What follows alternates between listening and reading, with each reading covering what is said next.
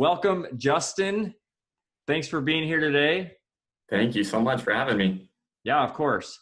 Now, Justin, why don't you give us a little bit of background, just where you're from? What I know all about you, but let our audience know who you are, kind of where you're from, and then what you're doing right now. Yeah, thanks so much. So again, I'm Justin. I've been in the behavioral health field for about a half decade, and I'm have a master's degree in counseling with a focus in clinical mental health counseling. About half my time that I've been in the field, I worked as a behavior coach. So that meant that I went into the homes, worked with parents, but more specifically worked with children on problem behaviors, reducing problem behaviors, increasing positive behaviors. And now as an outpatient therapist, I see children individually, and I work pretty heavily with families specifically to get parents to be together with whatever strategies they're using, because there are so many right ways, or there's really not a right way or a wrong way, but there are so many ways that we can parent that are effective. But one of the most important things is that parents are on the same page. And so I spend a lot of my time working with the parents to find or develop a strategy that they can both agree to and both implement consistently. Love that. And so we're gonna get deep into that, and I'm excited because this is stuff that I know you're passionate about. I'm passionate about. We love having conversations, whether it's being recorded or not. So I think this is going to be an extension of that. But tell us so you have a master's in counseling. You're married. Tell us how many kids, how old. Yeah, I've got two kids. My oldest is 2.5, about to be 3, and our youngest is 7 months or so. And so that has been really valuable to add that to my experience professionally, but to also add that personal touch on that personal experience as well, because sometimes we don't understand just from the outside the day-to-day grind, which it can sometimes be. And I'm in kind of a unique position because not only do I have the experience with my own children, but I actually have lived with a lot of my brothers and sisters for extended periods of time. And so I've been able to see some of that daily grind. I mean, I lived with one of my brothers for 6 years, or for about a year, but he's got 6 kids, now 7 kids. And to be able to see what the daily structure is like, what the daily routine is like, what some of the daily challenges are like, just from that very personal inside perspective, I think allows me to really take on a very unique position when I am talking to parents, because I can see from the outside, I know what it's like from the inside, and now I have my own personal experience to add to that too. Yeah, love that. And we've got 7 siblings, and so you think about the scope. I think the total number of kids among all of the children in our family, I think, is totaling like 25 or something. So I've used that same experience looking at the parenting strategies and approaches of, our oldest siblings all the way down to, even now you as the youngest, being able to observe and see some of your strategies and some of the things that work and are effective. So love that. Give us some insight into the circumstances where you're called in. What are the conditions where you're typically called in to go in and work with, and you said you work with children. So I know, let's start with that first. Those conditions that you're called in to work with children, then we'll get into kind of what you do with the parents and that sort of thing. If you want to start there. Yeah, so usually the parents will come into our organization and seeking for counseling services or for behavior coaching services, usually because they're having some type of problem with their child. Their child is expressing some type of problem behavior like aggression, or they can't control their emotions very well.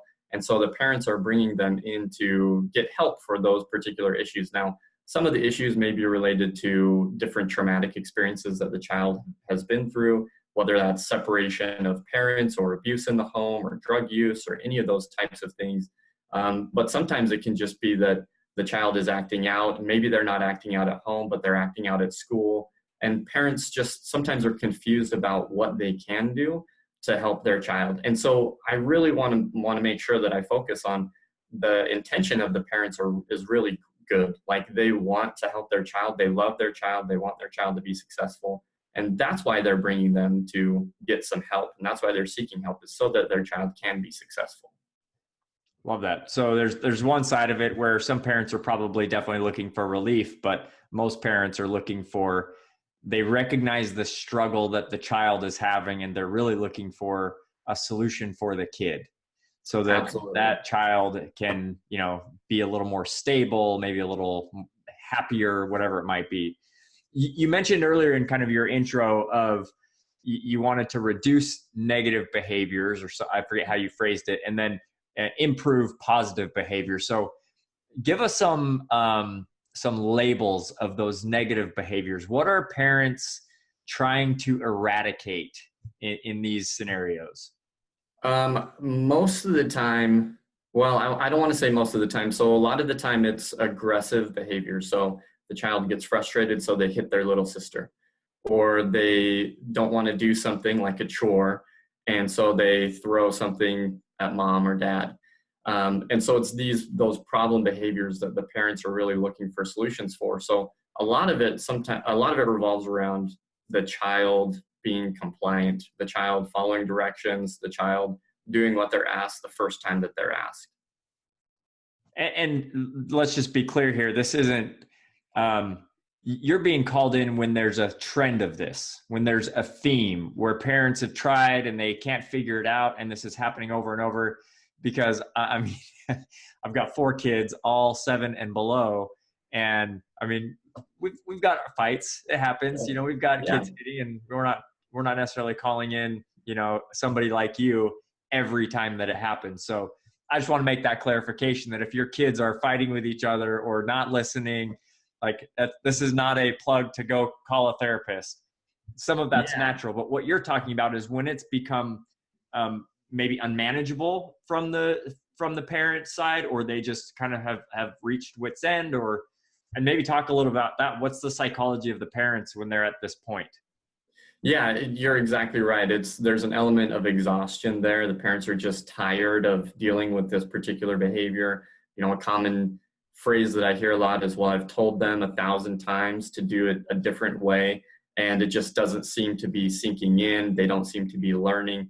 But part of the kind of scary trend that I've noticed in my work is that usually parents are waiting far too long before they do seek help. And you're exactly right. They don't need necessarily a professional like me to come in and to help them address these situations.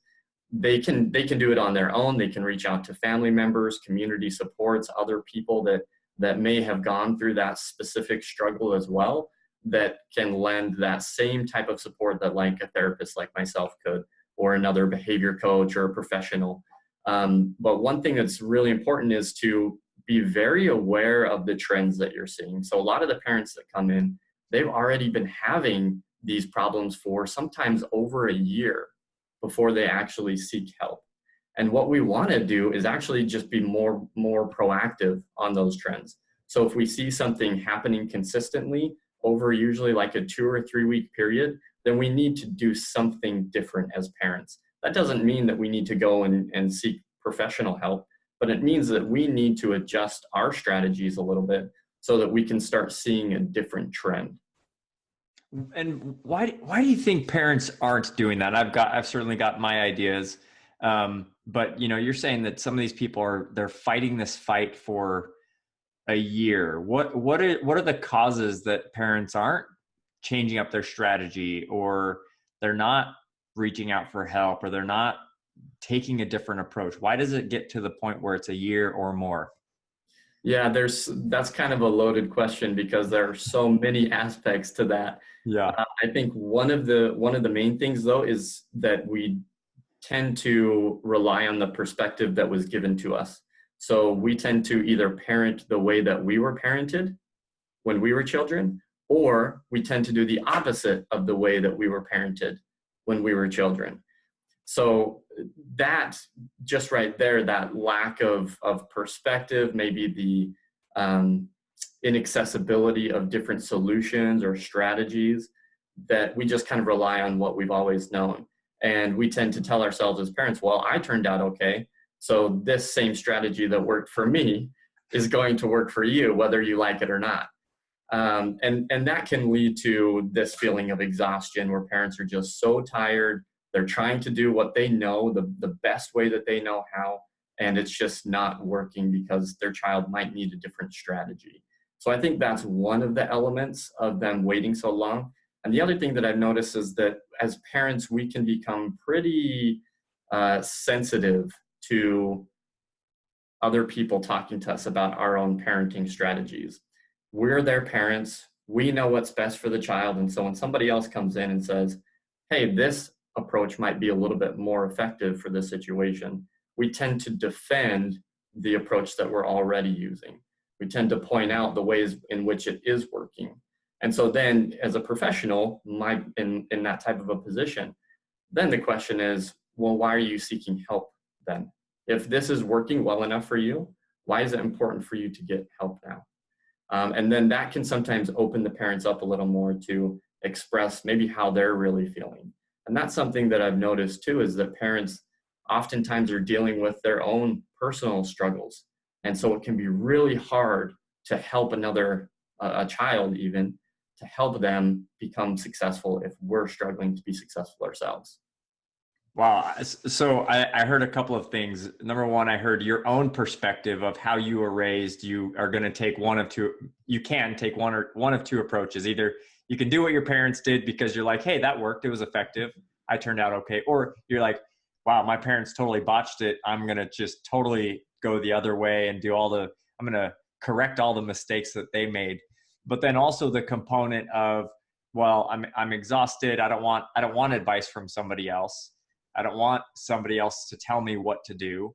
But maybe a little sense of like, but I want you to fix this kid.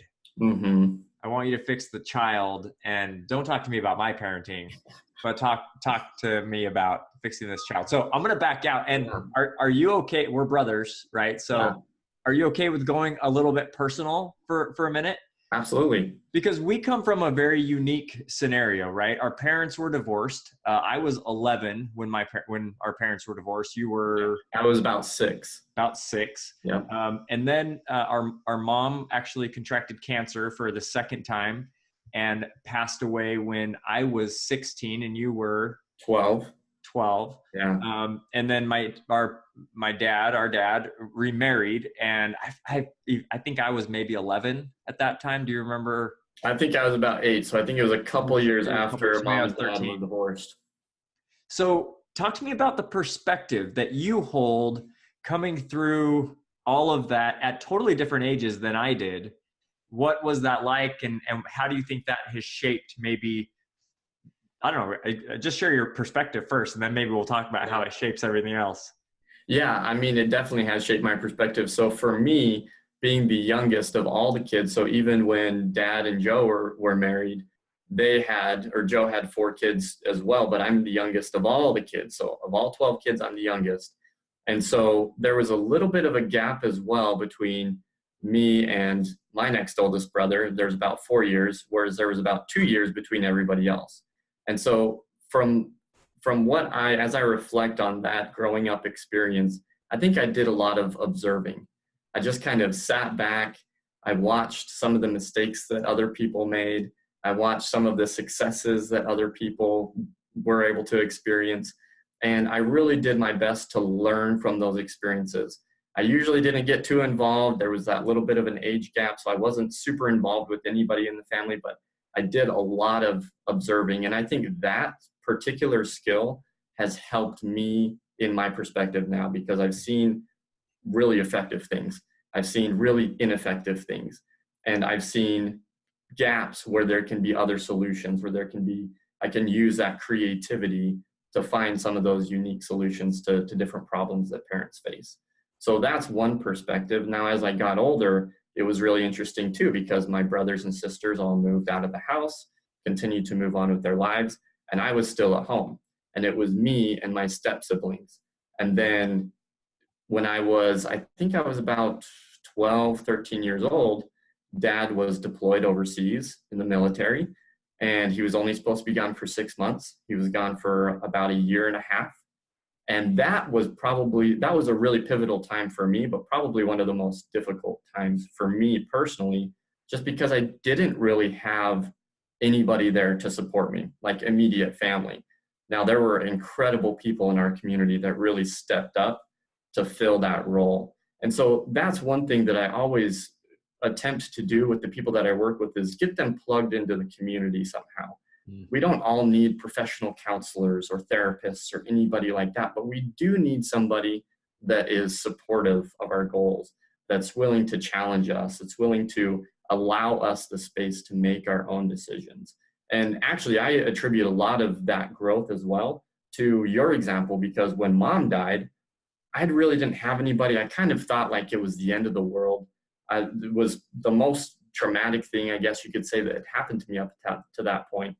And I just remember you, Jared, like you kind of took me under your wing. Up until that point, you weren't very nice to me, but then, but then after that happened, I think that you realized that there was a need to just put your arm around me, to support me, to guide me through some of that difficult time, because I'm sure it was difficult for you. I know it was difficult for me, but you were there. So I probably could have used a therapist, but I didn't need one because I had you. I had other members in the community that really supported me and that really helped me get through those difficult times. It's so interesting because I mean, you really have very little memory, if any, of the time when our parents lived together. Mm. Whereas others of us do. You know, I've talked to older kids, they would say there's lots of fighting and that kind of thing. And I kind of am in the middle ground where I'm like, I remember some of it, but not a ton of it. So how does that shape your parenting now moving forward? Like, how does that, like, what would you say is the most notable, maybe correlation between that experience and then how you approach parenting? You know, one of the biggest things that I observed during that growing up was that the parents were rarely on the same page. Yeah. So, you know, mom and dad, you're right. I don't remember a lot of when they were together, but I do remember some of the fighting. But even after, you know, mom had moved away and we continued living with dad, like they still weren't on the same page in a lot of their discussions and the way that they would talk about each other. And I do remember a little bit of that. So they were never on the same page, and then they're rarely on the same page. But then when dad was remarried, there was also a little bit of a disconnect there as well between the way that he parented and the way that Joe parented and the way that they parented together. And so one thing that for me that has really shaped my perspective is, like I said at the beginning, it maybe doesn't matter what kind of strategies we use. I mean, as long as it's not like abusive, but as long as mom and dad are on the same page, as long as they're going to handle it in very, very similar ways, then maybe it doesn't matter so much what kind of strategies that we use. And so it shaped my perspective because with me and my wife, Kylie, we have really created new solutions. So we're not doing the opposite of what our parents did, and we're not doing the exact same thing that our parents did, but we really came together to take different pieces of things that we liked or things that we didn't like to create a brand new style of parenting, a brand new strategy. And it's fun because we get to use our creativity in creating that new strategy. We get to think outside of the box, and we run into situations and challenges and struggles just like every parent does. And so then it's almost like a puzzle. Okay, well, how can we figure this out? What can we do? What have we tried already? And really just using those observation skills and then putting our creativity into action has really helped us create something that I think is very unique and extremely effective. I think that's such a powerful little sequence. I hope people were really listening because just that, I mean, that's mindful parenting, right? You recognize a problem, you ask yourself, I think 3 or 4 just very self-reflective questions. What is the problem here? What can we do? What do we need to change? What do we need to tweak? And I think that's powerful, that reflection, and then the collaboration and the counseling with your spouse or significant other. Man, that is a recipe for success. And I really like the idea of it doesn't really matter what strategy you use. Again, you know, excluding abuse of any kind. Yeah. As long as you guys are in alignment, because 100% of children, I think, when there are 2 parents around, they're going to try and play one against the other. And they're going to go at some point about something, whether it be a My Little Pony movie or pizza or bedtime. They're going to go to one. They're not going to hear what they want to hear. And then they're going to go over to the other and they're going to try again. And so that collaboration, that coordination between the two, I think is imperative. So mindful parenting, I just think very self-reflective, very thoughtful about what is it that we're actually trying to accomplish. And I would even go a little bit bigger and say, think of your vision for your family. What is it ultimately that you want? And then ask yourself, if I want this, if I want a very tight, close-knit relationship with my daughters when they're older and they're teenagers, they're 13, 14, they start dating at 16, 17, 18, what do I need to be doing now when they're young? What types of behaviors do I need to be exhibiting so that, man, it's not weird for them to talk to their dad when they're 13 or 14 or 15.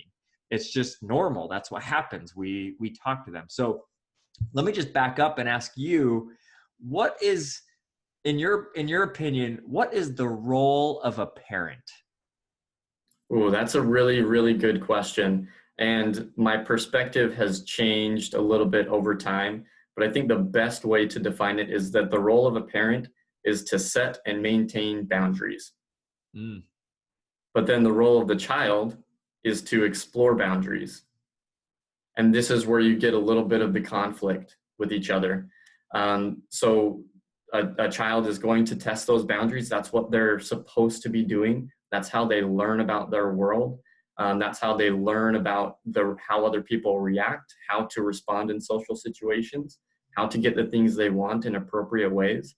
But it comes back to the parents setting the boundary first, very clearly, and as early as possible, and then maintaining the boundary. And that maybe is maybe the most difficult part, is maintaining the boundary. Because when we're tired, it's the end of the day, and we are maybe at our wits' end, like you mentioned earlier. We're exhausted because we have been doing this mindful parenting all day, and then our kid, does something that they shouldn't do. So actually last night, I'll share this personal story with you. Last night, it was kind of funny. So me and my wife were watching TV, and we had already put Bryce to bed. He's our 2.5-year-old. And, we don't force him to be in bed. We want him to be in his room, and we give him some things to do. Like, he can read. He's got a little reading light, so he can spend some time reading. He can sing songs. He can play with his stuffed animals, but we want him to be in bed. We want him to be in his room. And last night, he just kind of walks out nonchalantly after we'd put him to bed, and he sits on the couch next to me and my wife. He says, "I'm just going to watch TV for a few minutes, and then I'm going to go to bed." And me and my wife, we both kind of try to conceal a smile because it was just so hilarious. Yeah. And so, but what I've realized is that these kind of situations happens a lot with us. And a very common response that I see with the parents that I work with is they become really upset really quickly. "What are you doing? You're not supposed to be out of bed. Go back to bed right now, or else you're not going to be able to watch TV for a week." Or they throw out some of these consequences that it's going to be really difficult to maintain that boundary. And so what we did, and what the kind of approach, I guess, and I'm not saying again that this is the right way or that this is the best way, but this is the approach that we've decided on. And I just kind of asked him, "Hey, will you please hold my hand?" And he took my hand, and we both stood up together, and we walked back to the bedroom. There was no fighting. There was no power struggle. He stayed in bed the rest of the night and went to sleep. And so recognizing that the way in which we respond to our children's behavior starts to create that environment that you talk about, where he feels safe enough that he can just walk out and plop himself down on the couch. We want him to be able to do that. We want him to be able to make those decisions. Now the ball's kind of in our court as parents. Okay, how are we going to maintain this boundary that it's bedtime right now and bed is where you need to be? We can do it with kind of a heavy hand that probably it will work short term, but long term, it's going to create some problems. Or we can handle it really compassionately, really gently, with humor. "Hey, this is kind of cool that you feel comfortable enough to do this. And then I'm just going to gently walk you back to your room. I'm going to maintain that boundary in a very gentle way." And in that way, we create that environment. So I don't have any concerns that when Bryce is a teenager, that we're going to have problems getting through to him, because we've created an environment where he feels safe and where he trusts us and we trust him. And that probably is at the core of everything, is kids need a sense of trust. That's the very first thing we learn as infants. When we cry because we're hungry and our parent comes and feeds us, then we learn to trust them. We learn that there are other people there to help us with our needs. But along the way, that can get lost a little bit with the demanding of compliance. Like, hey, you're going to do this right now. And the kids ask why oftentimes, and we say, well, because we're the parent. And that doesn't give them anything. It doesn't help them understand. It doesn't help them learn. And it destroys that trust. Yeah. I love the example that you give because, you know, I would say that one of the roles that a parent plays is, and I would say that this is probably the role that we would say we believe we play in the lives of our kids, is we're supposed to teach them to think. Teach them to think through problems, think through challenges, think through how to get what they want, how to avoid, you know, sticky situations, just teach them to think. And so you're familiar with kind of our process of whenever there's behavior that is wrong behavior for our home, we go through a process of them analyzing what exactly they did, what steps did they take, what actions did they take, what were the outcomes of those. And that's all question based. So from a parent's perspective, we're asking questions. We're not telling them what they did. We're giving them time to think about it. And so I think about what you described, and you can teach people to think, and people learn in a couple of different ways. You can do exactly what you did. You took his hand gently, you walked him in. And I think that's learning from, it's still experiential learning, but it's also learning through maybe some observation. It's much more gentle, like, okay, I wanted to go out and watch TV. It's kind of late. My parents just kind of brought me back to my room, so maybe that didn't work. Versus the other alternative that you said, which is, hey, what are you doing? Get out of bed. Go get back in bed right now. And having that be a little bit more intense and severe and maybe scarring, right? So a little more painful. And, you know, there's many people who employ that strategy. But again, I say, look down the road. What do you want your kid to feel? So I like that you're still teaching them to think, but you're doing it through some good positive actions that leave a good feeling in their mouth versus, oh, wow, I'm in trouble. I did something wrong. Versus, okay, there's a boundary that I just explored. That was interesting. I'm not watching TV right now. So maybe next time I'll try something else. Maybe next time he'll come out with like a little chocolate bar or something and be like, I just wanted to bring you guys a chocolate bar while we watch some TV for a few minutes. Yeah, and that's exactly what we're trying to do too, is we want to teach them to think, we want to teach them to make decisions on their own, because we are keenly aware that we're not always going to be there. Sure. And that gentle approach is a lot more effective. And we know that from research, we know that from years of trial and error. And so it's really, really important that we use those techniques or techniques like that to slow down these interactions instead of speeding them up. Because when we slow down, our children are able to learn a lot better about those experiences and those situations. And it goes back to that trust. They have to be able, children need structure, and they have to be able to know that their environment is predictable.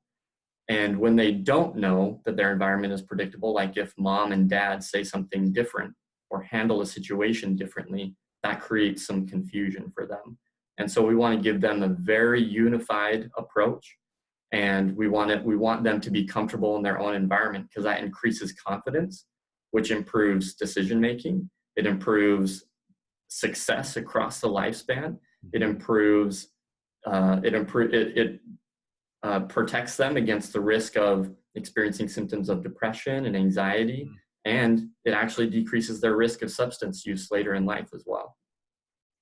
Love that. So, I mean, that's the science side of it. And I want to go back just for a minute again as well, because I think when you said, oh, I've got Bryce, he's our oldest, he's 2.5, there's probably a tendency for some listeners to be like, oh, you just wait, buddy. Wait till your kid's 5 or 10 or 15 or 13 or whatever it might be.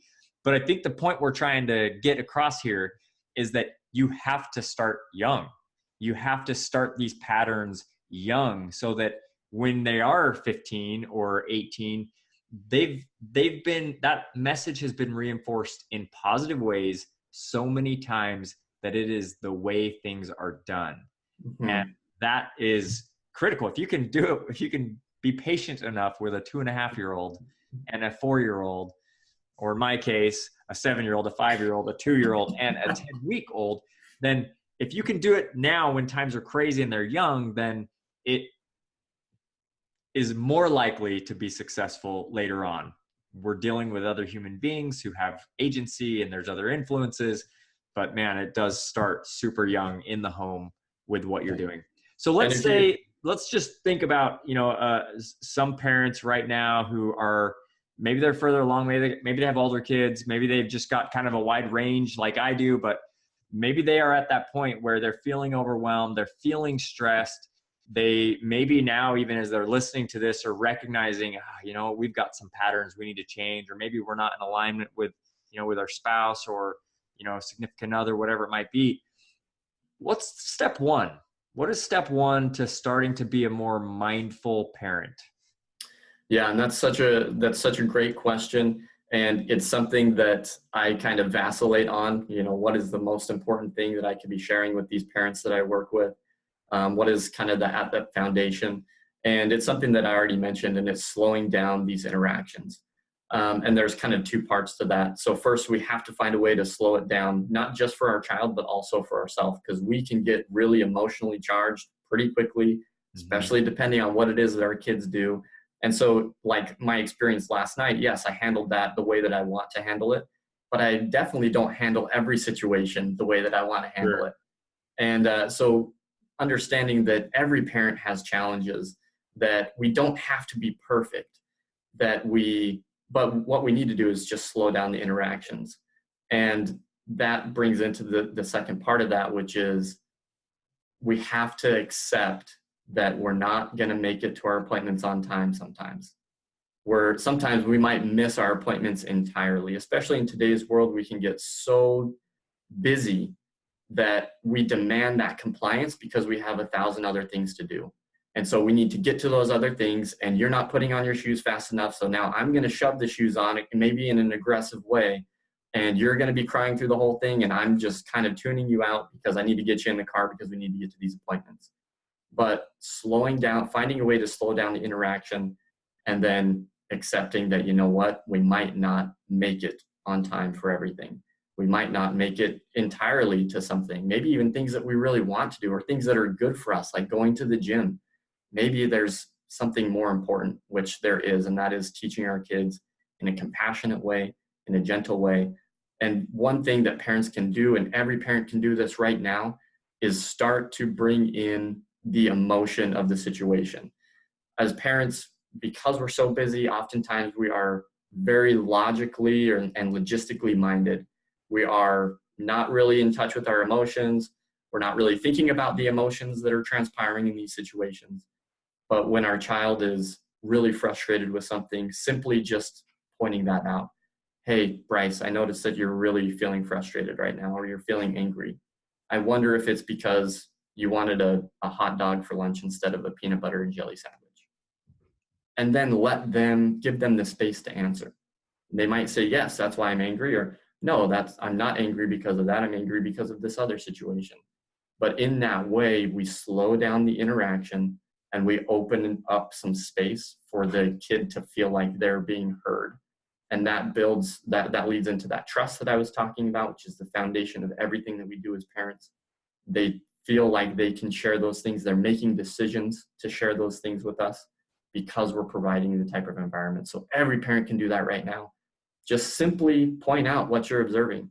Hey, it looks like you're really mad. Here's the cool thing about this. It doesn't just work with kids. It works with spouses and partners. It works with coworkers. It works with supervisors. It works with everybody. So this Yeah. is something that you can use every single day of your life. Yeah. And I think the key is to be observational, be open. Just going back to what you said earlier is that our perspectives shape the way that we interpret things. Our previous experience shapes the way that we interpret things. So when we see the kid who's maybe moving slow, and maybe we're seeing that in a certain way, and we're processing it at 60 miles an hour, when this kid is like, I just can't find my sparkly shoes. Where is that other light up dinosaur boot? And we're like, we're gonna be late. We're gonna be late. Come on, let's go. We're gotta be late. We gotta go. We gotta get in the car. We're already 5 minutes behind. Yeah. And so I just recognizing that the differing in perspectives that, yeah, you've experienced a whole lot more. And so you know the meaning behind this being late. But Yeah. our kids, the meaning for them is very, very different. Yeah. So understanding that, and maybe it's even a more open question like, hey, what are you feeling right now? Absolutely. How do you feel right now? Something we'll do with our kids is, you know, if they're pouting or what have you, we'll say, hey, how are you feeling right now? And if they say, I don't know, or they feel, then we'll start throwing out, do you feel happy? Do you feel angry? Do you feel sad? And then helping them to get comfortable communicating how they feel so that we can talk about it. Well, how do you want to feel? Well, if you wanted to feel happy, what are some things you feel like you could do? Again, teaching them to think, because they're going to go out into the world. They're going to have a teacher who belittles them. They're going to have friends who are mean to them. They're going to experience this whole wide world of people who, quite frankly, don't really care or generally aren't out to help them. Right. So how are we teaching them to navigate those scenarios to be able to move forward? And there's a couple of pieces to that too, because one thing is like your example with the shoes is perfect because every parent struggles with that, right? Their kids can't find their shoes. We're late for an appointment or something. We need to get your shoes. Why aren't your shoes on? I've asked you 10 times to get your shoes on. They're not on. Everybody else is ready, or now we're just waiting on you, right? These are things that we say as parents all the time. But then the next part of that is, especially if you're talking about mindful parenting or parenting with purpose, is what can we do now? What kind of pattern that you mentioned before, patterns, what kind of pattern can we set up to prevent this type of situation from happening in the future? Okay, so you don't know where your shoes are. Do we have a specific place for you to put your shoes? And then as parents, do we reinforce, if those shoes aren't there in that spot, do we reinforce that that's where they go? And then have our children demonstrate to us that they understand that that's where their shoes go. Hey, Bryce, I noticed your shoes are in the middle of the floor. Where do they belong? In my shoebox. That's what he says to us. And so then he takes his shoes to his shoebox.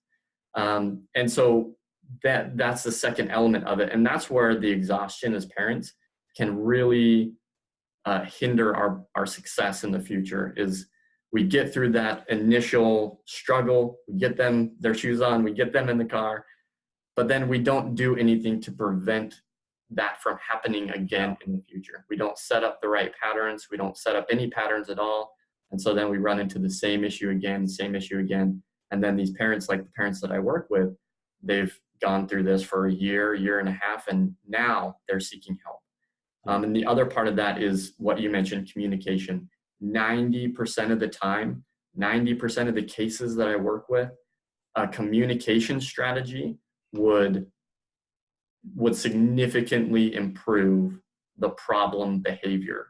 So if a kid acts out and hits his sister because she's being annoying, or she took a toy that he likes or something like that, we need to teach some type of communication. Okay, what happens next time she takes a toy that you really want? What's something that you can say? What's something that you can do? And make it collaborative with our kids so that they're involved in the process. Yeah. And then encourage them to actually demonstrate it. Okay, show me how that would go right now. And then encourage them to go and do that. So we're reinforcing the appropriate behavior. If we don't reinforce the positive behavior, we are reinforcing the negative behavior. So we have to be on top of just consistently reinforcing that positive behavior. And eventually, the negative behavior will just be pushed out. There won't be any room because all of the positive behavior will be taking up that space. Dude, I love that. It makes me think of, a principle that I teach, even executives, right? So you're leading a company, you've got tons of employees, and it's a principle that we've been talking about. It's comprehension versus compliance. Anybody in a position of authority can go to somebody and say, do this, do it right now, do it this way, and you can get compliance. Yeah, but absolutely. But comprehension is what yields long-term behavior and what drives and creates culture and positive outcomes regardless of whether or not that authority figure is around. And so what you just described, people don't do it because it takes time. Right. It takes time. You have to sit down with the child. You have to walk them over and point to the, show them where the shoe bin is. You've got to observe them putting their shoes in the shoe bin. You've got to ask the questions. And that takes time. And that's no different than the boss who wants his employees to get that report done. Yeah. Having never actually sat and understood, hey, what is your process for creating this report? Right. I've seen that, 3 or 4 times it's been late. Help me understand what's going on. Like, what is your process? How do you manage your time? How do you manage your day? And so we just want compliance. We want it right now. Yeah. I hear all the time from business owners, well, I hired them. Why can't they just come in and do their job? Right. Fantastic. That would be great. But you're also talking about how to hire robots. We want to make sure that if we're dealing with humans, we're giving them what they need to be able to comprehend the objectives, comprehend the processes, and comprehend their role in it. So yeah. Get the right behavior. So, and in that way, you will get compliance through comprehension. I don't think that they're at odds with each other, right. But there are different ways of going about it. And we have to be collaborative with them, especially when we're talking about children. We sometimes overlook as parents that we have all the power. We have all the money. We have the transportation. We decide where they go. We decide when they go. We decide what they eat. We decide what clothes are in their drawer. We don't have to lord our power over them by taking away a week of TV or taking away different privileges and things. We already have all the power, so we don't need to get into any power struggles. What we want to do is empower our children to make decisions, to think for themselves. And that takes a bit of sacrifice on our part. We have to give them that power for them to be able to be empowered. Yeah. And sometimes that means we don't get exactly what we want as parents, just like our kids don't get exactly what they want as kids. So really, we're in the same boat with our children. When we can understand that and when we can collaborate and come up with a creative solution, then the results are way more effective and way more successful. And it does take more time initially. This is a concern that I hear from a lot of parents. It takes more time initially, but if you are consistent with it, then over time, it will actually give you back a lot more time. It is such a significant return on your investment, but it's hard to give that perspective to somebody who's right in the thick of it, who's dealing with these problem behaviors, who has 1,000 things to do. And so that's a challenge. It's a significant challenge. Yeah. And that's the same old argument of, well, it takes time right now and I need it done right now. I want it perfect right now. Why can't I have it? Your explanation just sparked another question that I've had and kind of wrestled with, honestly, a little bit for my own kids and just kids in general. I've been working in the community here in a variety of capacities, and I want to get your take on this. There's 2 questions to this. What's the threshold, right? So developmentally, kids are at a certain level, right? We're talking about what you're doing with your 2.5-year-old that involves shoes in a shoebox. Totally can handle that, right? So, but you want to empower them with choice. You want to empower them with power. How do you gauge what the right degree is and level is between, hey, this is a 2-year-old, so don't expect them to do algebra. But at the same time, hey, this is a 2-year-old, you can't expect them to put shoes in a shoebox. Right. Navigate that, and what's kind of a measuring stick for that? Yeah, that's kind of a tough question. Mm-hmm. In my experience, in my opinion, the patterns have to begin as early as possible. So they may not understand everything that we're saying, all the words that we're using. They may not even understand the process behind it, but we have to set up that pattern very early, as early as possible. I always heard, if you want your children to know something in 5 years, that's what you should be teaching them right now.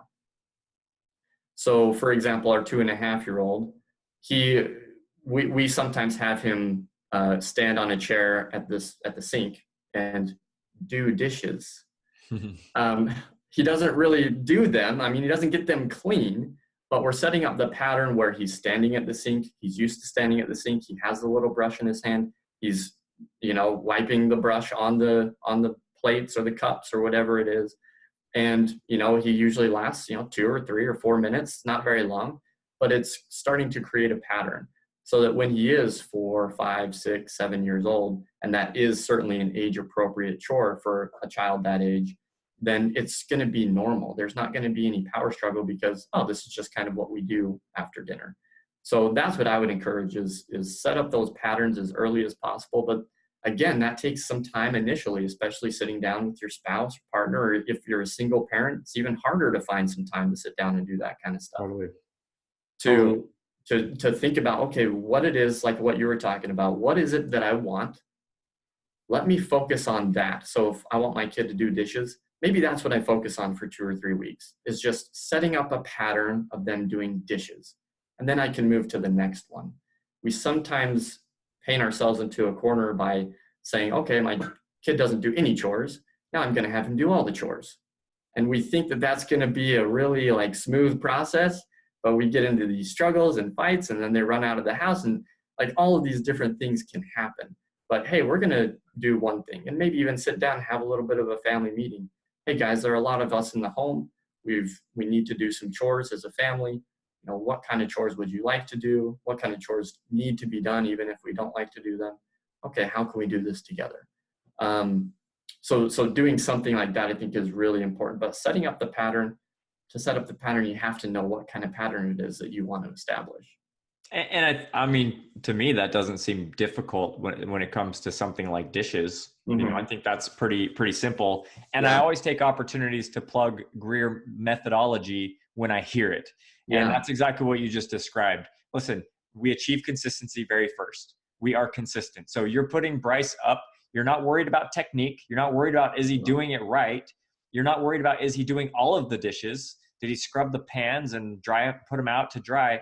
So you're not worried about the intensity yet. No. You're worried about developing the habit of consistency.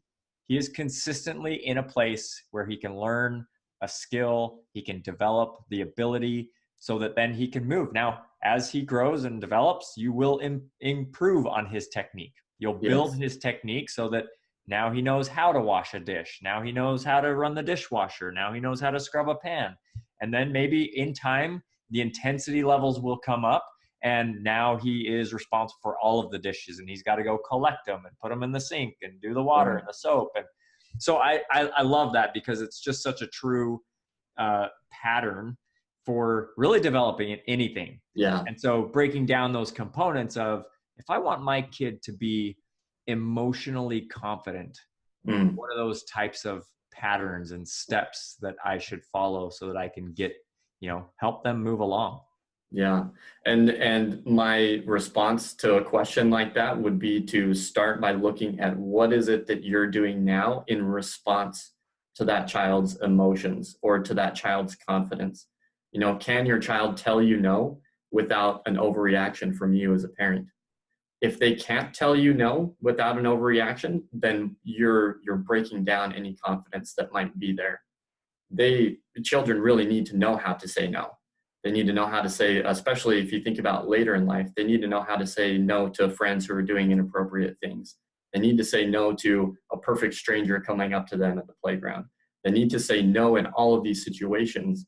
But as parents, we oftentimes will get upset when a child tells us no, because we're the parent and you're supposed to do what I say. And if you don't do what I say, then you're a bad kid. And we send that message, maybe not overtly, but we send that message over and over and over again. And guess what? They're going to start to believe that message. And they're going to start to believe that, there is something wrong with me. I am a bad kid. And so then they're going to start acting in alignment with that belief. It didn't come from them, but it certainly is instilled in them through what we do as parents. So I think it's really important that we set up those patterns, we do it in a positive way, but also making everything a positive experience, as positive as we can. So when Bryce is done with the dishes, we give him a high five.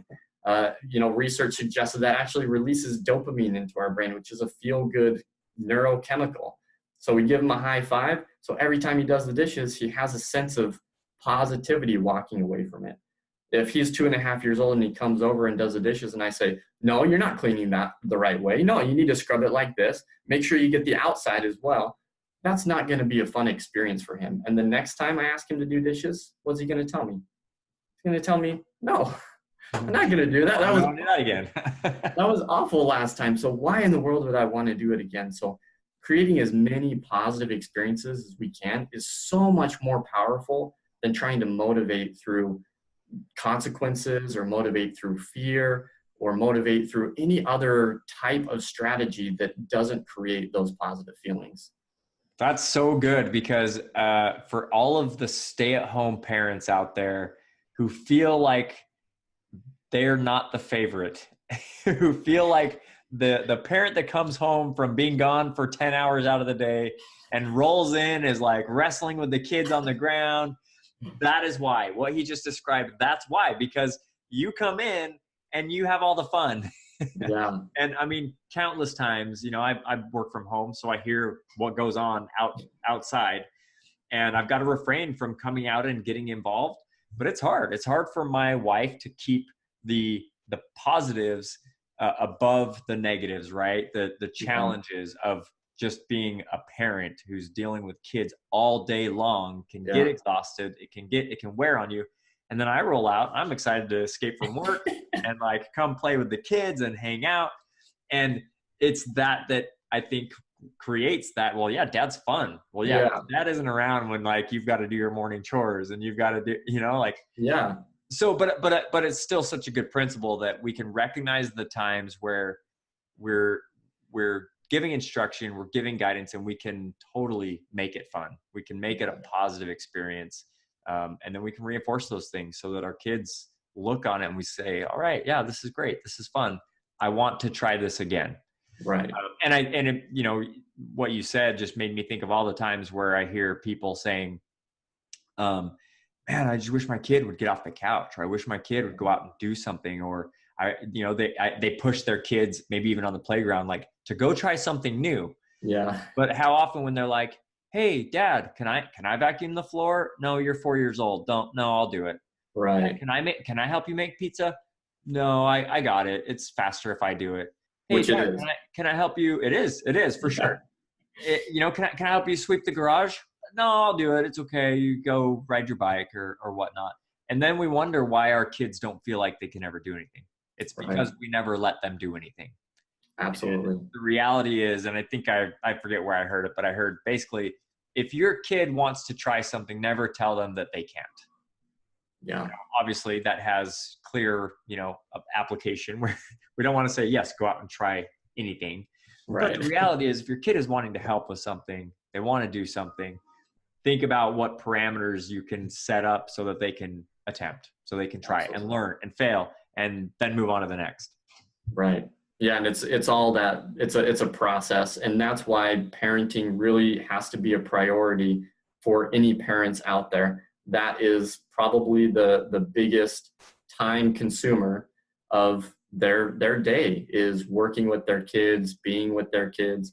That's why it's really important for parents to find a way to enjoy that, to find activities that they can do together that they really actually enjoy doing together, whether that's arts and crafts, or whether, even if the kid is sitting at the table with mom and working on his own little picture or drawing and mom is doing some sewing to mend some clothes or something like that. Like that shared experience, they're both together still, they're both working on similar things, and the parent's still able to get what they need to done.